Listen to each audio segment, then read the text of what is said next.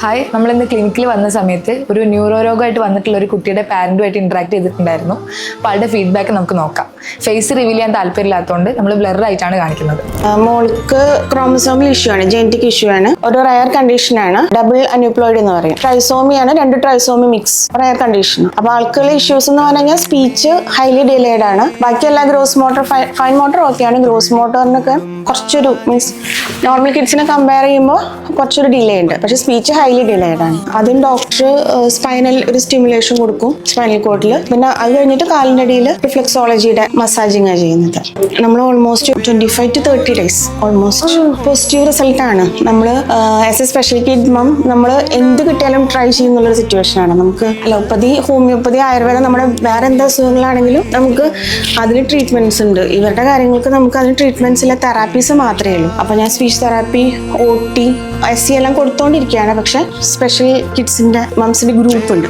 ആ ഗ്രൂപ്പിൽ നിന്ന് പോസിറ്റീവ് റിവ്യൂ കിട്ടിയിട്ടാണ് ഞാൻ ഒന്ന് ട്രൈ ചെയ്ത് നോക്കാം, എല്ലാം ട്രൈ ചെയ്യുന്ന കൂട്ടത്തിൽ ഇത് നോക്കാമെന്ന് വിചാരിച്ചിട്ടാണ് വന്നത്. നല്ല റിസൾട്ടാണ് കണ്ടത്. ആൾക്ക് സ്പീച്ച് ഓൾമോസ്റ്റ് വരുമ്പോൾ പറയുന്ന വേർഡ്സ് ഒത്തിരി കൗണ്ട് ഇൻക്രീസ് ചെയ്തു. പിന്നെ ആള് വരുമ്പോൾ ജസ്റ്റ് 3 വേർഡ് സ്റ്റാർട്ട് ചെയ്തിട്ടുണ്ടായിരുന്നുള്ളൂ. വല്ലപ്പോഴും 3 വേർഡ് സെന്റൻസസ് സ്റ്റാർട്ട് ചെയ്തിട്ടുണ്ടായിരുന്നു. വല്ലപ്പോഴും പറയുന്ന സിറ്റുവേഷൻ ആയിരുന്നു. ഇപ്പൊ അതിന്റെ ഫ്രീക്വൻസി കൂടി.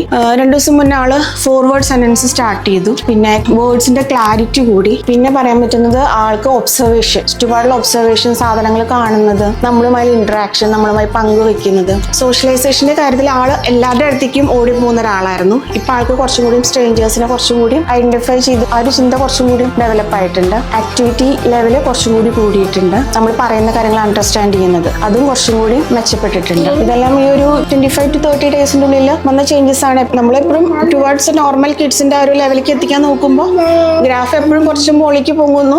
നമ്മൾ അത്രമാത്രം സാറ്റിസ്ഫാക്ഷൻ നമുക്ക് ഉണ്ടായിരിക്കും. അപ്പോൾ അത്ര നാളത്തെ ട്രീറ്റ്മെന്റിൽ ഞാൻ ഒത്തിരി സാറ്റിസ്ഫൈഡ് ആണ്.